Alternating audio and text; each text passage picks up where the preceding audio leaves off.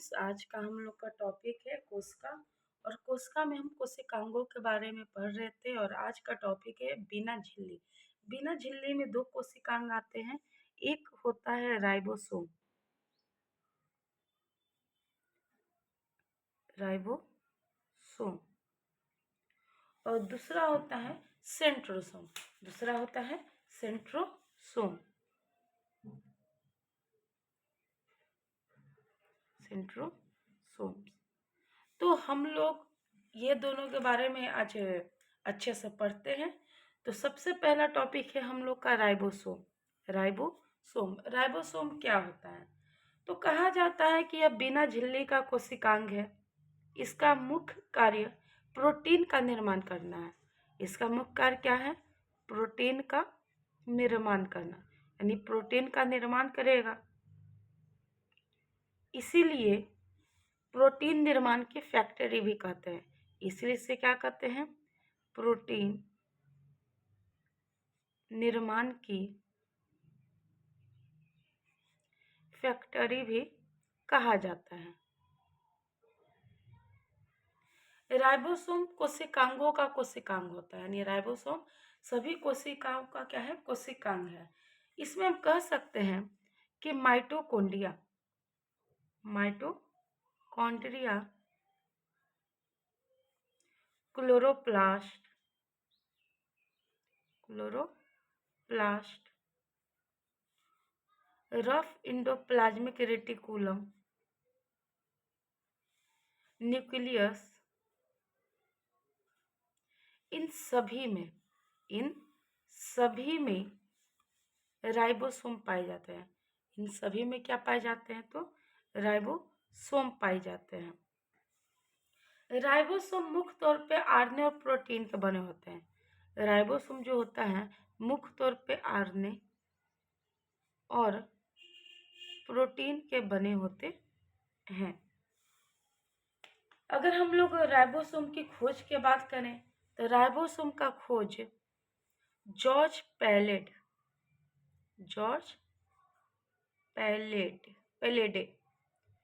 पैलेडे ने किया। लेकिन ये जो खोज किए हैं ये एनिमल पे किए थे। किस पे किए थे? एनिमल पे। इसीलिए इन्हें प्लेडेकन भी कहा जाता है। इसके बाद एक और वैज्ञानिक आते हैं जिनका नाम है रॉबिन्सन एवं ब्राउन। रॉबिन्सन एवं ब्राउन। और इन दोनों ने प्लांट सेल में राइबोसोम के बारे में पता किया कि प्लांट सेल में भी राइबोसोम होते हैं। एक और वैज्ञानिक आते हैं, इनका नाम है असाकी आनामुरो। इन्होंने प्रयोगशाला में राइबोसोम का खोज किया। कहाँ? प्रयोगशाला में, यानी लैब में इन्होंने राइबोसोम बनाए। इसके बाद एक और आते हैं वैज्ञानिक जो कि हमारे भारत के ही हैं, वेकेंटर रमन राधाकृष्णन। इन्होंने राइबोसोम की व्याख्या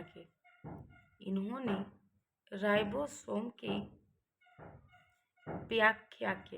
यानी राइबोसोम को अच्छे से एक्सप्लेन करके इन्होंने बताया है। अब हम अगर टाइप्स ऑफ राइबोसोम का बात करें, टाइप्स ऑफ राइबोसोम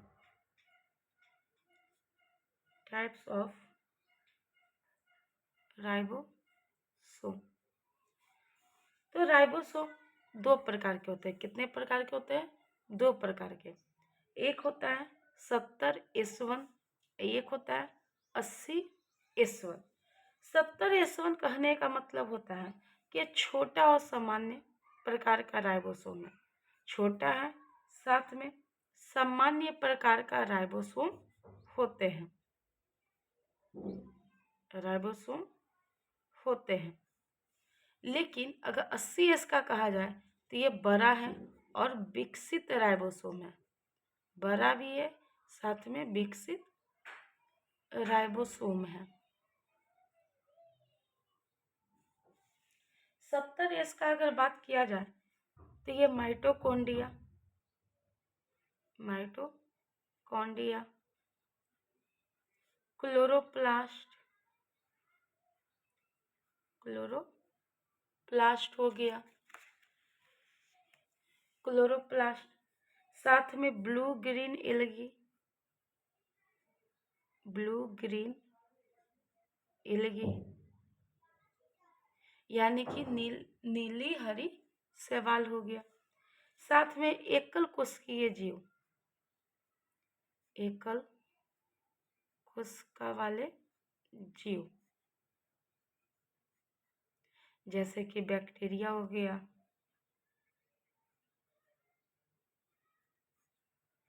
प्रोक्रियोटिक हो गया, प्रोक्रियोटिक, इन सभी में 70 इस प्रकार के राइबोसोम पाए जाते हैं। लेकिन अगर 80 का बात करें तो इसमें दूसरा पॉइंट आता है सभी प्रकार के बड़े पेड़ पौधे, जंतु, ठीक है, यानी कि इसमें कह सकते हैं यूकैरियोटिक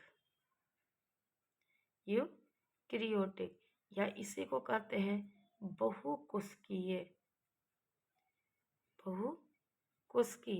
तो ऐसे जंतुओं में 80 इस प्रकार के राइबोसोम पाए जाते हैं।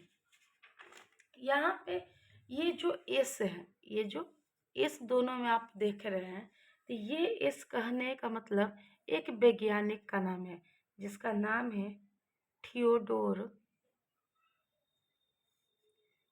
स्वेडबर्ग, इसीलिए ये वाला एस दोनों में लिखाता है, इसीलिए दोनों का एस यहाँ पे क्या हो गया, वैज्ञानिक को वहाँ पे डिनोट किया जा रहा है। अगर हम लोग और बात करें एस का ही, तो एस का मतलब, ये जो एस है, एस का मतलब अवसाद गुणांक होता है, अवसाद गुणांक होता है, यानी कि ये राइबोसोम की सघनता को दर्शाता है। ये किसे दर्शाएगा, तो यह राइबोसोम की सघनता को अच्छे से दर्शाता है कि उसके अंदर कितने राइबोसोम प्रेजेंट हैं। इसमें और कह सकते हैं कि ये जो डीएनए है, ये डीएनए, इसे हम क्या कर रहे थे, राजा, ठीक है। अब डीएनए की हेल्प कौन करता है, आरएनए क्या हो गए, सहायक का काम कर रहा है, और ये यहाँ पे क्या है, राइबोसोम है। अब कहानी कुछ इस प्रकार है कि डीएनए जो है, तो यह आरएनए को, यह किसको, आरएनए को, यानी कि इस आरएनए को मैसेज देता है, इस आरएनए को क्या कहता है, जाओ और प्रोटीन निर्माण करके लाओ। यानी ये जो डीएनए है, यह प्रोटीन निर्माण करने का आदेश देगा, जाओ और प्रोटीन निर्माण करके लाओ, किसे, आरएनए को। आरएनए जो है, यह मैसेज लेके कहाँ गया, तो राइबोसोम के पास, इसीलिए इसे एमआरएनए भी कहा जाता है। यानी कि आरएनए से राइबोसोम तक जाने की प्रक्रिया बायोलॉजी ट्रांसलेशन कहलाती है, बायोलॉजी ट्रांसलेशन कहलाती है। यानी कि डीएनए के आदेश से जो एमआरएनए है, जब सूचना राइबोसोम तक पहुंचाए और राइबोसोम प्रोटीन का निर्माण करे, यही प्रक्रिया क्या कहलाती है, बायोलॉजी ट्रांसलेशन। अब हम लोग का टॉपिक है सेंट्रोसोम, अगला टॉपिक है हम लोग का सेंट्रोसोम्स।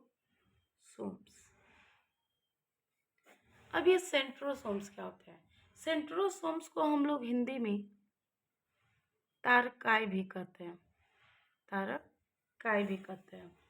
तो सबसे पहले तो ये झिल्ली रहित कोशिकांग है, यानी बिना झिल्ली का पार्ट हम लोग पढ़ रहे हैं। उसके बाद है कि कोशिका विभाजन के दौरान, कोशिका विभाजन के दौरान यह अहम भूमिका निभाती है, यानी कोशिका विभाजन के दौरान यह मुख्य भूमिका निभाता है और यह गुणसूत्रों को तोड़ता है। और ये किसे करता है? गुणसूत्रों को तोड़कर, गुणसूत्रों को तोड़कर अलग करता है। कौन? सेंट्रोसोम। सेंट्रोसोम